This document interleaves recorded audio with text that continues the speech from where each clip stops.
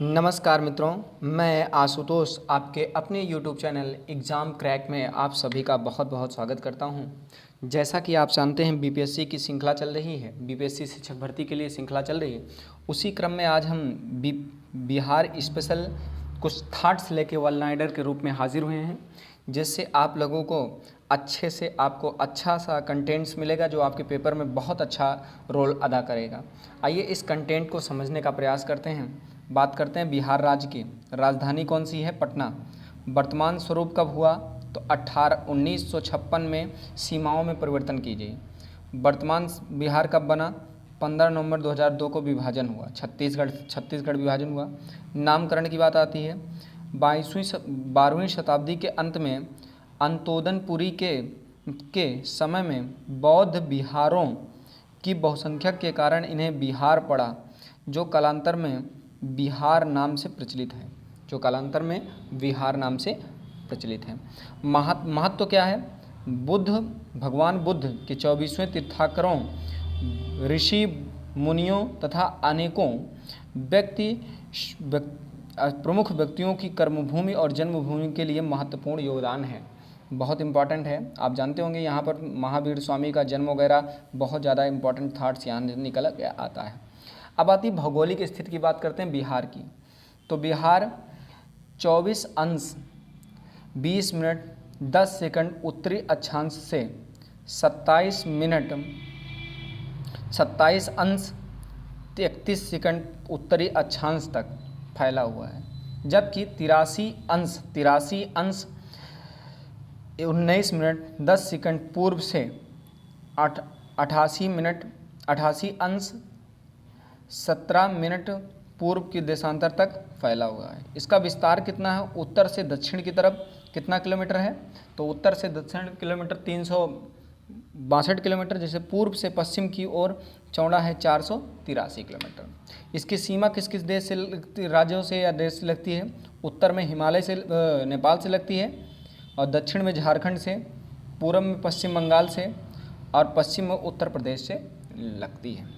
और आप इसका भूखलन की बात करते हैं तो बिहार में गंगा और गंगा की सहायक नदियों का मैदान है। यहाँ जमीन प्रमुख उपजाऊ है। इसमें सरयू, गंडक, गंगा आदि नदियों बहती हैं। तो अगर पूछेगा कौन कौन सी नदी बहती है तो आप सबको पता हो गया होगा। वन लाइनर बेस्ड है तो आप अधिक से अधिक जानते होंगे, समझ रहे होंगे। इसके क्षेत्रफल की बात करते हैं तो 94,183 वर्ग किलोमीटर है। जनसंख्या कितनी है? तो आप जानते हैं जनसंख्या की दृष्टि से देश का तीसरा सबसे बड़ा देश है। मतलब देश में तीसरा स्थान है इसका 2011 की जनगणना के द्वारा। ये आंकड़े कभी नहीं पूछे जाते, याद भी मत कीजिए। पुरुष की भी नहीं पूछे जाएंगे और महिला भी नहीं पूछे जाएगा। दशकीय आधार पर वृद्धि कितने प्रतिशत हुई? तो ये आप जानते हैं 25.4% हुई। बहुत ज़्यादा पूछे जाने का।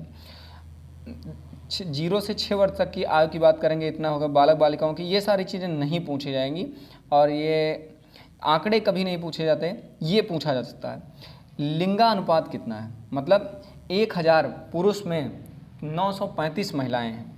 और साक्षरता प्रतिशत कितनी है? तो 2011 के सन 64% है। ये पूछा जा सकता है कितने परसेंट है? 61.8% है। पुरुषों में साक्षरता कितनी है? 71.2%। महिलाओं में 51.5%। कुल साक्षर व्यक्तियों की संख्या कितनी होती है? ये सारी चीज़ें नहीं पूछी जाएगी। ये भी लिंगानुपात, साक्षरता की लिंगानुपात कितना होगा? ज़रा देखिएगा मेरी बात को। साक्षरता का लिंगानुपात कितना होगा ये पूछा जा सकता है। तो 908 कितना है? 918 साक्षरता का लिंगानुपात है। आइए इसी क्रम में आगे थोड़ा बढ़ते हैं और जनसंख्या घनत्व की बात करते हैं। जनसंख्या घनत्व पूछने जाने की संभावना है। तो 1006 किलोमीटर जनसंख्या घनत्व है। कला एवं संस्कृति की बात करते हैं तो यहाँ मधुबनी चित्रकला शैली है, पटना चित्रकला शैली है। और इसकी राज्य भाषा कौन सी है? तो हिंदी है राजभाषा। और अन्य भाषा कौन सी है? मैथिली, उर्दू, मगधी, भोजपुरी आदि हैं। इसका उच्चतम न्यायालय क्या है? पटना है। प्रमंडल कितने हैं? तो 9 है। जिले कितने हैं? 38। अनुमंडल कितने हैं? 101 हैं। और ब्लॉक कितने हैं, या ब्लॉक की बात करेंगे तो ब्लॉक कितने हैं? तो आप सब लोग जानते हैं ब्लॉक हैं 534 हैं। उम्मीद करते हैं आपको सारी चीज़ें क्लियर हो रही होंगी। पंचायतों की संख्या बात करेंगे 8 8471 है। अगली थोड़ा सा और आगे चलते हैं और आज का गांवों की संख्या बात करेंगे तो इतना डीपली नहीं पूछेगा। 45,103 है। शहरों की संख्या 199 है। अच्छा, एक क्वेश्चन पूछ सकता है विधानमंडल कहाँ कहाँ है, तो विधानमंडल यहाँ भी है, यानी विधानसभा और विधानमंडल दोनों है। ये पूछता था विधानसभा में सदस्यों की संख्या कितनी होती है, 243 है। विधान परिषद में सदस्यों की संख्या 75 है। लोकसभा की सीटें कितनी हैं, तो आप सबको पता है कितनी है बेटा, 40 हैं। राज्यसभा की सीटों की संख्या कितनी है, तो आप सबको पता है कितनी है भैया, राज्यसभा की सीटों की संख्या 16 है। प्रमुख नगर जो है पटना है, मुजफ्फरपुर है, भागलपुर है, बरौनी है, कटिहारी है, पूर्णिया है, मधुबनी है, दरभंगा है, समस्तीपुर है, छपरा है, सिवान है, गोपालगंज है। आपको उम्मीद करते हैं सारी चीज़ें समझ में आ गई होगी। ये इंपॉर्टेंट थॉट्स बनता है राजकीय पशु वगैरह के बारे में। अगर पूछा जाएगा राजकीय पशु क्या है, तो बैल है। राजकीय पशु क्या है, बैल है। राजकीय पक्षी क्या है, घरेलू गौरैया है। राजकीय वृक्ष कौन सा है, पीपल है। राजकीय पुष्प क्या है, गेंदा का फूल है। तो ये तीनों इंपॉर्टेंट बहुत अच्छा है, राजकीय पुष्प, राजकीय पक्षी, राजकीय वृक्ष, राजकीय पुष्प। तो पूछा जाएगा राजकीय पुष्प क्या है, तो बैल है। सॉरी, राजकीय पुष्प क्या है, गेंदा का फूल है। राजकीय वृक्ष क्या है, पीपल है। राजकीय पक्षी क्या है, गौरैया, घरेलू गौरैया है। और राजकीय पशु क्या है, तो आप जानते हैं बैल है। अब इम्पॉर्टेंट थॉट्स आता है जो अगला क्वेश्चन है उसके बारे में पूछता है। आप जानते हैं कृषि के बारे में। आइए कृषि के बारे में जानते हैं, जो बहुत इंपॉर्टेंट चीज़ें यहाँ पूछी जाती है। बिहार एक कृषि प्रधान राज्य है। यहाँ पर कितने % कृषि होती है, तो आप जानते हो 85% कृषि पर निर्भर है। यहाँ की जनसंख्या जो है वो 85% कृषि पर निर्भर है।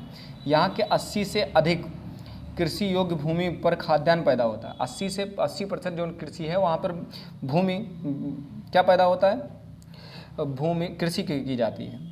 अगला आता है यहाँ के प्रमुख फसलें कौन सी हैं, गेहूँ, चावल, मक्का, दलहन, गन्ना, तिलहन, तंबाकू, जूट, आलू आदि। अब आती है फसलों के बारे में थोड़ा जान कर लेते हैं, बहुत इंपॉर्टेंट है। रबी की फसल कौन सी है, कौन कौन सी है। रबी की फसल के बारे में बात करते हैं। जाड़े की ऋतु की फसल है। बुआई का समय अक्टूबर नवंबर में है। फसल गेहूँ, जौ, सरसों, मटर, चना, आलू। खरीफ की फसल कौन सी है, वर्षा ऋतु का फसल है। बुआई का समय जून जुलाई है। फसल धान, गन्ना, ज्वार, बाजरा, मक्का, अरहर। ठीक है। अगला है जायद की फसल कौन सी है, ये गर्मी की फसल है। बुआई मई जून है। मकई, ज्वार, जूट आदि बोए जाते हैं। अब शुरू इम्पॉर्टेंट आता है चावल कहाँ कहाँ होते हैं। बिहार में चावल सबसे ज़्यादा कहाँ होते हैं, ये इसके बारे में समझना है। आइए, चावल कहाँ कहाँ होते हैं, पूर्णिया, मुंगेर, गया, भागलपुर, मुजफ्फरपुर और पटना। तो इतनी जगह चावल के सबसे ज़्यादा उत्पादन होते हैं। गेहूं की बात करते हैं, गया, मुजफ्फरपुर, सारण, मुंगेर, चंपारण, सहरसा, पूर्णिया में होते हैं। मक्का कहाँ कहाँ होते हैं, भोजपुर, सहरसा, सारण, दरभंगा, मुजफ्फरपुर, भागलपुर एवं पटना में होते हैं। अगला बात करते हैं कहाँ कहाँ ज्वार होता है, मुंगेर, भोजपुर, चंपारण में होता है। बाजरा कहाँ कहाँ होता है, मुंगेर, पटना, भोजपुर, गया। राग कहाँ होती है, सारण, गया, दरभंगा, मुजफ्फरपुर। जौ कहाँ कहाँ होता है, चंपारण, दरभंगा, पुंजी और क्या है, मुंगेर, सरसा, सारण, मुजफ्फरपुर, गया, भागलपुर। और गन्ने का उत्पादन बहुत जगह होता है, ये कहाँ कहाँ होता है ये भी जान लीजिए। गन्ने के उत्पादन की बात करते हैं, गन्ना मुजफ्फरपुर में होता है, चंपारण में होता है, सरणपुर में होता है, पूर्णिया में होता है, भैलपुर में होती है, भोजपुरी में होता है, दरभंगा में होता है। और चना की बात करते हैं कहाँ होता है, गया, भागलपुर, पटना, भोजपुर, मुंगेर। अगला आता है जूट, सहारनपुर, पूर्णिया, दरभंगा, कटिहार, मुजफ्फरपुर में होता है। दरभंगा की प्रमुख बांध कौन कौन से हैं, आप पढ़े होंगे। चंदन जलाशय स्थापना कब हुई थी, 1968 में। किस नदी पर, चंदन नदी पर, जिला बांका है। और अगला आता है बंधुआ जलाशय, स्थापना कब हुई थी, 1965 ईस्वी में। नदी कौन सी है, बंधुआ है, जिला है बांका है। उम्मीद करते हैं आपको ये सीरीज कैसी लगी, कमेंट करके ज़रूर बताइए, क्योंकि हमें भी प्रोत्साहन मिले वीडियो बनाने के लिए। ऐसे ही बीपीएससी के प्रश्न चाहिए हों, प्रश्नों की सीरीज के साथ साथ अगर ये ऐसी सीरीज चाहिए हो तो हमें कमेंट करके ज़रूर बता दीजिए, क्योंकि बीपीएससी की सीरीज़ तो हम करा ही रहे हैं। एक सुबह वीडियो मिलता है 7 बजे, और एक आपको कब मिलता है, एक 7 बजे करीब सुबह, एक 7 बजे या 6:30 बजे के बीच मिलता है। तो आप सभी को हम एक चीज़ बता दें, अगर आपको कोई दिक्कत परेशानी हो रही हो इस टाइप के प्रश्नों में, तो आप जो है हमें अपना प्रश्न अवश्य भेजें, और जिससे हम क्वेश्चन को अच्छे से और क्लियरेशन कर सकें। अगर ये आपको जो मैं बिहार स्पेशल कंटेंट लेकर आके दिया, अगर ये अच्छा लग रहा हो तो इसको कंटिन्यू करें। कमेंट करके हमें जरूर बताइएगा। मिलते हैं नेक्स्ट वीडियो में, तब तक के लिए जय हिंद, वंदे मातरम। दोस्तों अपना बहुत बहुत ख्याल रखिएगा।